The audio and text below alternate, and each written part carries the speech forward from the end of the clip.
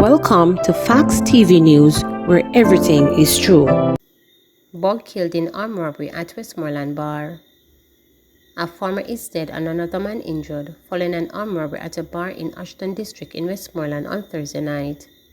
The deceased has been identified as 32-year-old Alfred Buckridge, otherwise called Buck, from the community. Reports from the Savannah Lamar police are that about 10:55 p.m., Buckridge was among other patrons at a bar when armed men proceeded to rob them. Buckridge and another man ran, but they were chased and shot by the gunmen, who then fled the area. The police were summoned and the injured men were taken to hospital, where Buckridge was pronounced dead. Investigations are ongoing. Woman accused of plotting robbery of Flow store in St. Anne offered bail. A 20-year-old woman accused of plotting with a group of robbers to break into a Flow store in Claremont, St. Anne last week was offered bail on Wednesday when she appeared before the St. Anne Parish Court. Brittany Grant, a resident of Lidford, Golden Grove in the parish, was granted bail in the sum of $200,000 on charges of shop breaking, larceny, and conspiracy. Prosecutors alleged that Ms. Grant, who was employed as a customer service agent at the store, plotted, planned, and provided vital information to the robbers on how to enter the building. The men broke into the store on December 17 and stole almost $2 million and more than 20 cellular phones valued at over $200,000.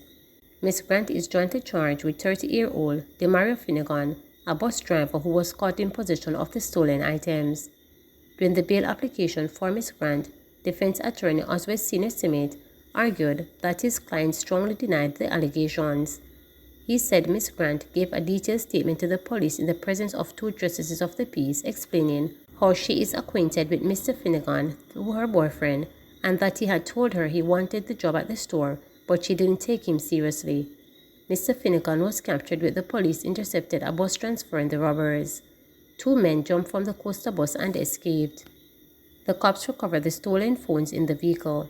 Ms. Grant, who is also charged with the offense of misprision of felony, is scheduled to return to court on January 2, 2024. 19 Haitians reportedly on the run, 11 captured in Portland. 19 Haitian nationals are reportedly on the run, while 11 have been taken into custody after landing between Longwood and Hector's River in Portmore on Wednesday. The boat in which they arrived cannot be located and it may have sunk. Reports are that residents informed the police of strange people in the community. The 11 Haitians, 2 females and 9 males, were taken to the Port Antonio Hospital for medical checks and then taken into custody at an undisclosed location between Friday and Saturday morning. Reporters understand that they are in good medical condition. The police, along with the Jamaica Defense Force, are carrying out searches as the investigation continues. Man's death stunned quiet Trelawney District. Residents of the usually quiet Moorfield District in Trelawney were left stunned on Saturday after the body of 59-year-old David Brown was discovered in bushes meters away from the house he shared with his wife. The man was reportedly found wrapped in a white bed sheet with chop wounds across the body. Brown's wife, who police say is important in assisting them to piece together their investigation, has not been located. According to Deputy Superintendent of Police DSP Winston Milton, the commanding officer for Trelawney, the now deceased man and his wife were engaged in a domestic dispute on Friday night. DSP Milton told reporters that threats were allegedly made during the dispute, and the one reported the incident to the police.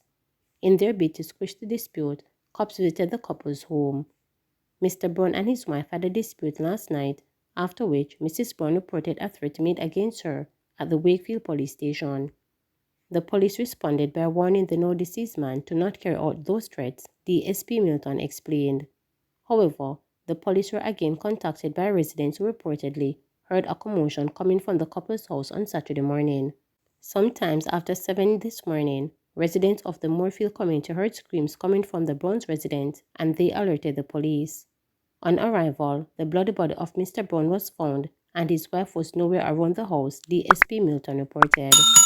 When reporters visited the Moorfield community on Saturday, it was observed a handful of residents standing at a community shop near the couple's home. One man who spoke to reporters on condition of not being named reported that arguments could always be heard coming from the middle-aged couple's home. Stating that he had lived in the area for a lot of years, the man said that a police vehicle visited the couple's home twice on Friday night. Him and the woman, me hear say in a dispute a long time. Police come up here last night, we come solve them matter, but I don't know what happened after that. It should not have reached this far though, the resident stated. A bloody area littered with rocks just outside of the gate leading to the couple's birdhouse told very little of what occurred at the Brown's residence. However, an elderly man led the way to the bushy area where Brown was found. He pointed to the bloody sheet on the zinc a few meters away from the house that was suspected to have been used while transporting the man's body. The elderly man explained that another resident of the community woke him up to share the news of Brown's death. Pointing out that Moorfield is usually a quiet community, he told reporters that he is still in shock by the news. I just come and look, and when I come and see police taking him up, I was asleep and I heard them and knock down the house. When I jump up, I hear say them kill the man. It look like say them carry up the zinc come round here, so he said. But it look like them couldn't manage the zinc because the grass soft, so them couldn't go no further. According to the residents, the couple had frequent domestic disputes. A him married wife, I out there and hear him tell the wife some nasty things. These things don't happen in our community. I don't want to see these things happening in the lane at all, another resident bemoaned. A woman who said that she had lived in the community for 71 years told reporters that she has never seen anything like this before in Moorfield. I feel bad about it, but I saw it go, she said. A long time the man a beat the woman, and me hear say she reported a station over and over, so I saw it go, another woman chimed in. As investigation into the matter continues, DSP Milton is encouraging Brown's wife to contact the Falmouth police. We believe that she can assist us in our investigation. Consequently, we are asking her to contact the Falmouth CIB, said the commanding officer. Janet Thompson, one of 5 killed in Westmoreland crash, remembered as a good woman. A pall of gloom blanketed the community of Mackinpur when politician giant and seasoned businesswoman Janet Thompson, one of the 5 victims who died tragically in a crash on the Buffinsmere Road in Westmoreland last month, was laid to rest on Saturday. Thompson, who was the People's National Party PNP cluster manager for the White House Division, where she resided, was remembered as a good woman. Thompson died while returning from the market, where she had gone to get groceries for her small business. Groups of people huddled, most decked in orange and white, at the MC Alpine Church of God Assembly. The air was thick with the scent of flowers and grief as they paid their last respect to Thompson. I want to address her as a good woman. She was not the ordinary housewife who sat down and waited on the husband to bring food to her table. She would have gone out and earned for herself. She was a good woman, and so today we are mourning because we have lost a woman who not only cared about herself but cared for others. The officiating Bishop Joseph Campbell said of Thompson, who was the drummer at the church. Among those in attendance at the funeral were PNP General Secretary Dayton Campbell, who is also the Member of Parliament aspirant for Westmoreland Eastern and councillor candidate for the White House Division, Michael Jackson. Campbell brought greetings from the PNP party leader Mark Golden and also encouraged the family to be there for each other.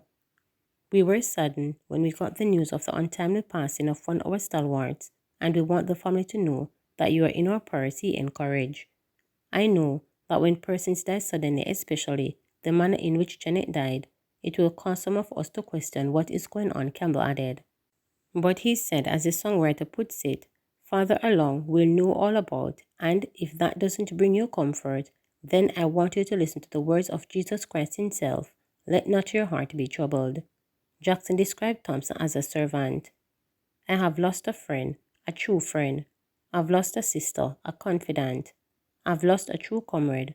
The greatest among us is the one who served, and I can tell you, Janet Jackson was a servant, and as she served, she showed joy in her life, Jackson noted.